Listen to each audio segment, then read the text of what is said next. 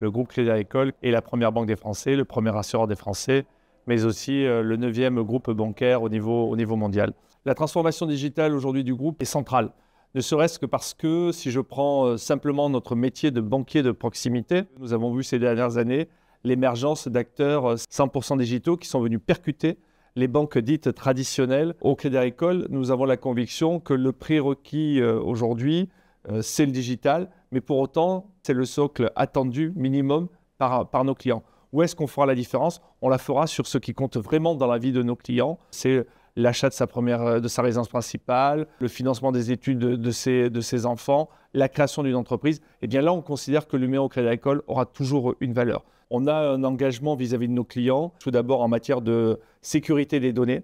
On s'est engagé collectivement à ne pas faire le commerce de la data de nos clients.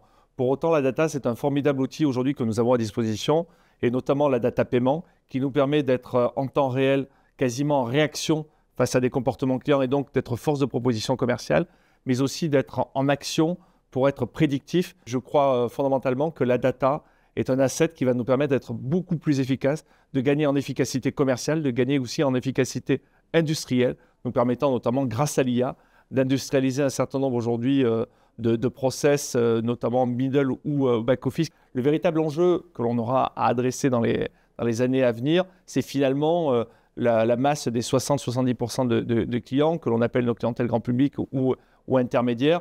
C'est de proposer des parcours clients qui soient beaucoup plus personnalisés en fonction des besoins de chacun d'eux. La proximité telle qu'on pouvait l'entendre dans le passé, qui était une proximité géographique, n'est plus suffisante aujourd'hui pour faire la différence. Cette proximité, demain, elle sera aussi fonctionnelle, elle sera relationnelle et elle sera émotionnelle. Et l'émotion, c'est l'humain qui continuera à l'amener.